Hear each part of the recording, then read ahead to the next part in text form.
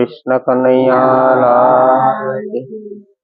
सनातन धर्म आवेल हरि गुरु संत घनश्याम राम महाराज, भगवान राम महाराज, निरात महाराज।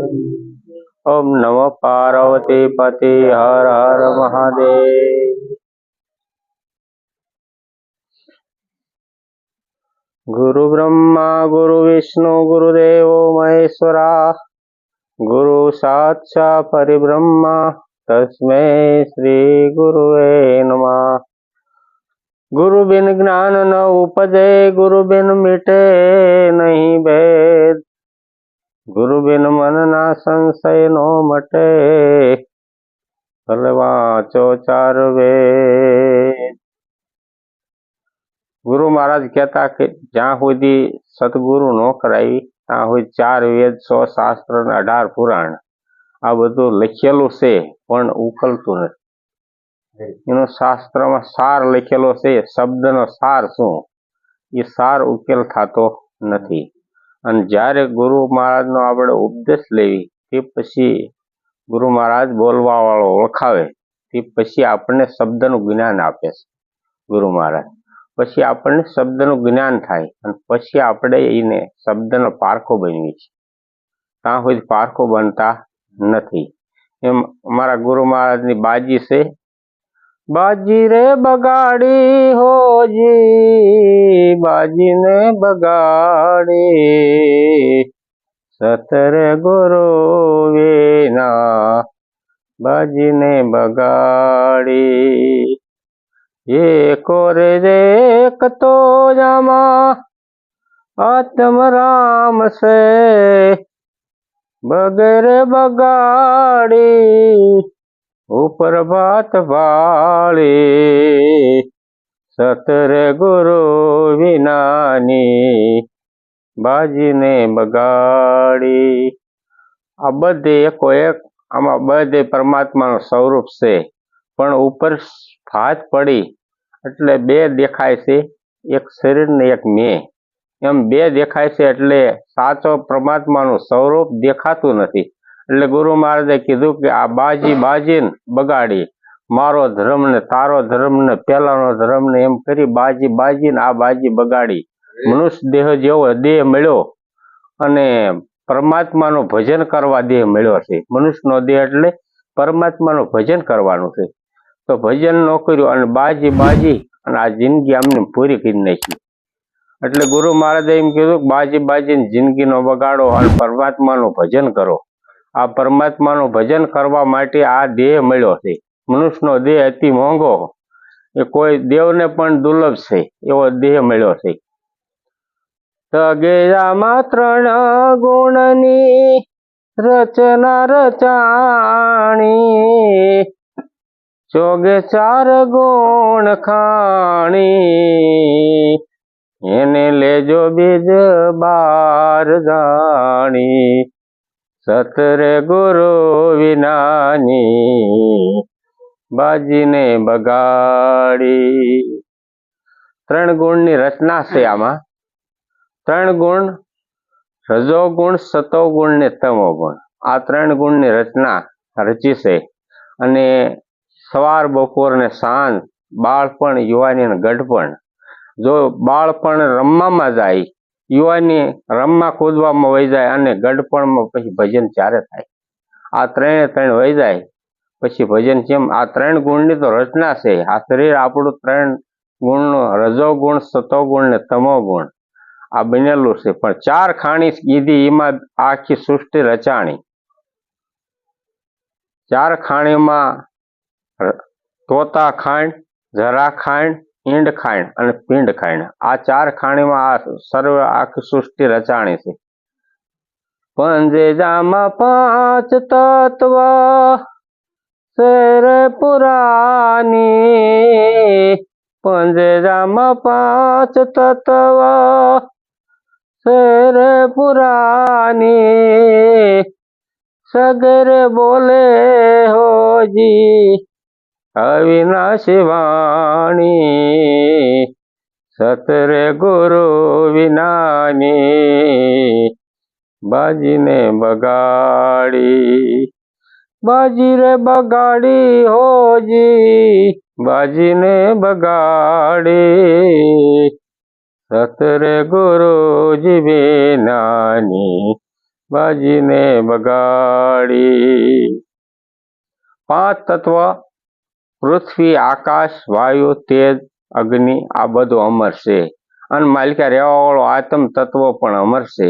એમ ગુરુ મહારાજ એમ કહે છે કે આમાં તમે ક્યાં ઠાર, તમને નિર્ભય પદ હું આપું છું, તમને બીક શાની છે. સત્યામ સાત સાયર યુબરાણી,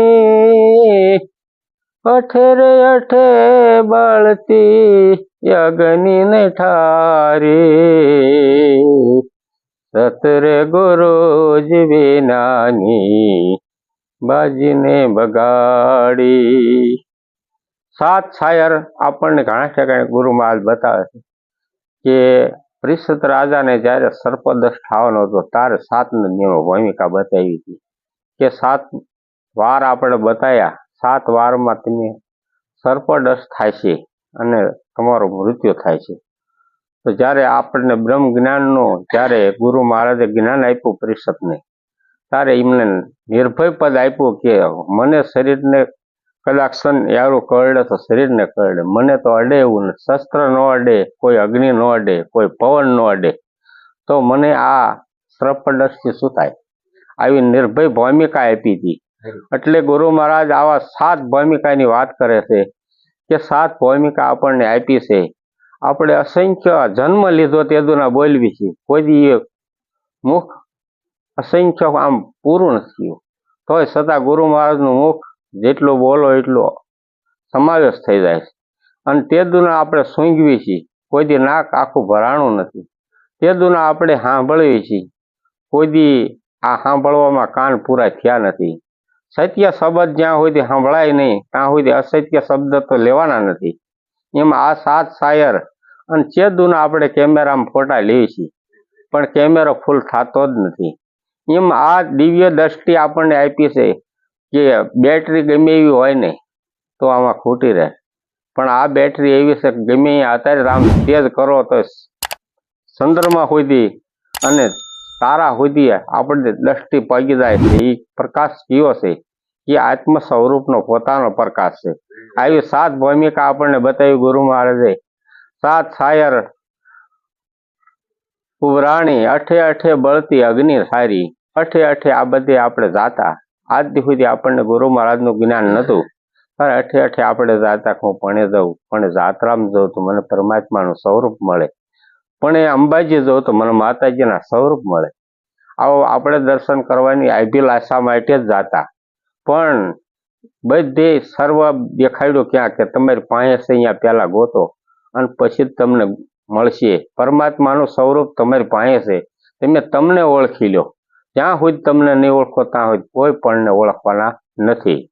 આવું ગુરુ મહારાજે આપણને જ્ઞાન આપ્યું, તે પછી આપણને નક્કી થયું. નકર તો આપણે અઠે અઠે કે બળતી અગ્નિ ઠારી, સતરે ગુરુ વિના બાજી બગાડી. નવમે આમાં 9 મહિના મય કરી પૂરી, દશરે દર્શાણી સંતોયની કરો જોળખાણી, સતરે ગુરુજી વિના બાજી રે બગાડી, બાજી રે બગાડી હોજી, બાજીને બગાડી, સતરે ગુરુજી વિના બાજીને બગાડી. આ 9 મહિને માએ શરીર પુરાણ આપણને આપ્યું છે, પણ આપણે આપણું સ્વરૂપ ભૂલી ગયા. અને 10માની ઓળખાણ જ્યારે સદગુરુ મહારાજે કરી કે તમે ક્યાંય આયા નથી, ક્યાંય જવાનું નથી, તમે સદોદિત જેમ છો તેમ છો. પણ જ્યારે આપણને ઈવડી સ્વરૂપની ભાન થાય ત્યારે પૂરણ ગુરુ મહારાજનું જ્ઞાન થયું કહેવાય. એમ આ ભજનમાં ગુરુ મહારાજ એમ કહે છે, ગોલે ગુલામ હવે ત્યારે ગુરુના, અવિનાશી જાણીને આ રાણી પરણાવી, સતરે ગુરુ વિનાની બાજીને બગાડી. બાજી રે બગાડી ઓજી, બાજીને બગાડી, સતરે ગુરુ વિનાની બાજીને બગાડી. ગોલે ગુલામ થયા ગુરુના. આ બધે આપણને ગોલા બનાવવા માંગે છે, પણ આપણે ગોલા નથી કહેતા. ગુરુ મહારાજ એમ કહે છે ગુલામ બનો, અને ગુલામ હશો ને તો આ રાણી પરમાત્મા જાણે પરણાવો. આ કાયા રાણી છે ને નથી એક દી રાખ થઈ જવાની છે, અને એ જો બ્રહ્મનું જ્ઞાન તમને થશે તો બરાબર તમારું સ્વરૂપ તમને ઓળખાશે.